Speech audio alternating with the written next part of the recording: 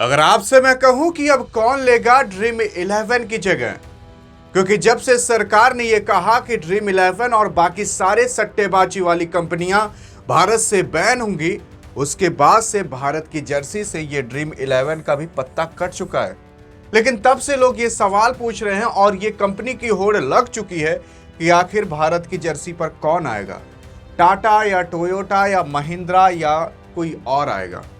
क्योंकि यहां पर काफी ज्यादा सवाल किए जा रहे हैं कि आखिरकार इस चीज के कितने पैसे मिलते हैं, कितने समय तक के लिए डील किया जाता है, कैसे डील किया जाता है और सबसे ज्यादा चांसेस किसके हैं कि वो अब आकर टीम इंडिया की जर्सी पर और यहां दिल के पास और एकदम दिल के करीब लग सके। सवाल ये उठता है कि आखिरकार कौन आएगा इनकी जगह। आपको ये बताने की जरूरत नहीं है कि अभी हाल फिलहाल ड्रीम 11 को पूरी तरीके से भारत सरकार ने बैन कर दिया था। ड्रीम 11 वही है जहां पर आप गरीब से भिखारी बना करते थे और 49 से करोड़पति भी बना करते थे। यह भारत के जर्सी पर इंडिया के ऊपर लिखा रहता था ड्रीम 11। ड्रीम 11 वही कंपनी है जो भारत सरकार को 30,000 से 35,000 करोड़ तक हर साल का टैक्स, जीएसटी बाकी सारा कलेक्ट करके दिया करता था। लेकिन इतना सब कुछ पैसा देने के बावजूद भी भारतीय सरकार ने इसको बैन कर दिया, क्योंकि इससे यूथ खराब हो रहा था। जहां पर लोगों को अन्य अपने ऊपर काम करना चाहिए, वहां पर लोग सट्टेबाजी पर काम कर रहे थे कि सपने देखते थे कि कभी ना कभी तो मैं 49 रुपए से करोड़पति तो बनूंगा। लेकिन भारत सरकार ने इसे जब बैन किया तो बीसीसीआई को भी काफी तगड़ा झटका लगा, और ऐसा तगड़ा झटका लगा कि जान जाओ कि एक ही बार में हाथ से 350 करोड़ रुपए चले गए। क्योंकि ड्रीम 11 ने लगभग 3 सालों के लिए 350 करोड़ से ज्यादा की डील आपके बीसीसीआई से कर रखी थी, और यानी कि हर साल लगभग 100 करोड़ से ज्यादा, मतलब 100 करोड़ से ज्यादा हर साल ड्रीम 11 बीसीसीआई को दिया करता था, ताकि जितने भी मैचेस हों भारत के यहाँ पर ड्रीम 11 लिखा रहे। लेकिन अभी तक 3 साल नहीं बीते थे, बस 2 साल, आई थिंक 1.5 साल इस तरीके से बीते थे, अभी 1 साल बाकी था। यानी कि लगभग 100 करोड़ से रुपए का भी ज्यादा का ट्रांजेक्शन अभी बाकी होगा, क्योंकि हर साल दर साल 6 महीने पर ट्रांजेक्शन ये किया जाता है। ऐसे नहीं कि 350 करोड़ एक ही बार में उठाकर दे दिया जाता है। जैसे साल भर बीता तो ड्रीम 11 कहेगा कि भाई हाँ चलो समय हो गया तो हम आपको 100 करोड़ दे देते हैं, तो इस तरीके से डील तय की जाती है। अब मान लेते कोई अगर आगे कंपनी आएगी तो कहेगी अगर मैं 500 करोड़ दे रही हूँ 5 साल के लिए, तो वो हर साल 100 करोड़ रुपए ट्रांजेक्शन मारेगी। ऐसा नहीं रहता कि बोरिया में रखा है कि ले जाकर उठाकर 500 करोड़ दे देंगे, ऐसा नहीं होता। इन लोगों में काफ़ी अंदरूनी काम और काफ़ी उस तरीके के काम होते हैं। फिर अगर आप देखोगे तो कहा जा रहा है कि एशिया कप 2025 के अंदर यहाँ पर भारत के ऊपर वाला स्थान जहाँ पर ड्रीम 11 लिखा रहता था, अब वो ड्रीम 11 खाली रहेगा। मतलब यहाँ पर कोई भी स्पॉन्सर नहीं लगेगा, क्योंकि अभी तक भारतीय टीम में डिसाइड ही नहीं कर पाए कि आखिरकार हम किसकी कंपनी लगाएं।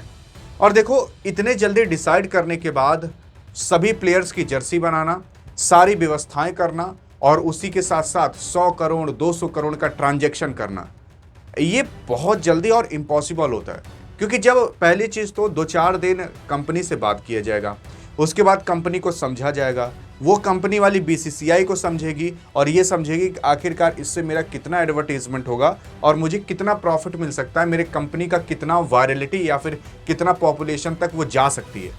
तो वो चीज़ ये समझेगी और वो देखेगी कि इससे हमारा फ़ायदा होगा कि नहीं। तो इन सब के लिए हफ्ते 2 हफ्ते कभी कभी महीने तक लग जाते हैं मार्केट रिसर्च करने पर, और भी अन्य काम होते हैं। लेकिन इसी की वजह से कहा जाता है कि भाई काफ़ी ज़्यादा टाइम लग जाता है, और इसी टाइम टेकन की वजह से अभी कहा जा रहा है कि एशिया कप 2025 में यहाँ पर कोई भी जर्सी पर नहीं रहेगा। लेकिन उसके बाद इंडिया जो है वो ऑस्ट्रेलिया के साथ, वेस्ट इंडीज़ के साथ, न्यूजीलैंड के साथ, साउथ अफ्रीका के साथ भी मैचेस T20, ODI और बाकी सारी चीज़ें खेलने वाला है। लेकिन एशिया कप के बाद कौन लग सकता है, तो कहा जा रहा है कि भाई सबसे ऊपर अभी टोयोटा कंपनी आ रही है। टोयोटा कंपनी वही जो आप फॉर्च्यूनर देखे होंगे अपने गांव में चलता रहता है, दबदबा लोग बनाए रहते हैं ना, वो फॉर्च्यूनर ये टोयोटा कंपनी ही बनाती है।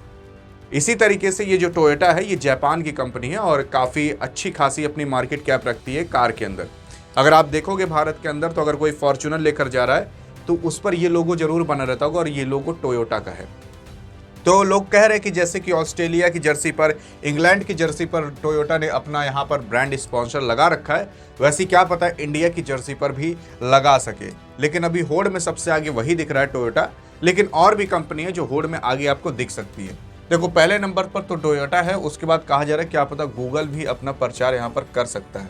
फिर उसके बाद इधर सैमसंग भी आ सकता है और इधर आपका अमेजोन भी आ सकता है। एक बार अमेजोन की चर्चा उठी थी, फिर टाटा साहब आ सकते हैं और इधर आपके कोको कोला और बाकी सारी अन्य कंपनियां हैं जैसे कि महिंद्रा हो गया और काफ़ी सारे, जोमेटो हो गया, बहुत सारी ऐसी कंपनियां जो यहाँ पर अपना टाइटल स्पॉन्सर्स लगवा सकती है। लेकिन सवाल अब ये उठता है कि आखिरकार कौन?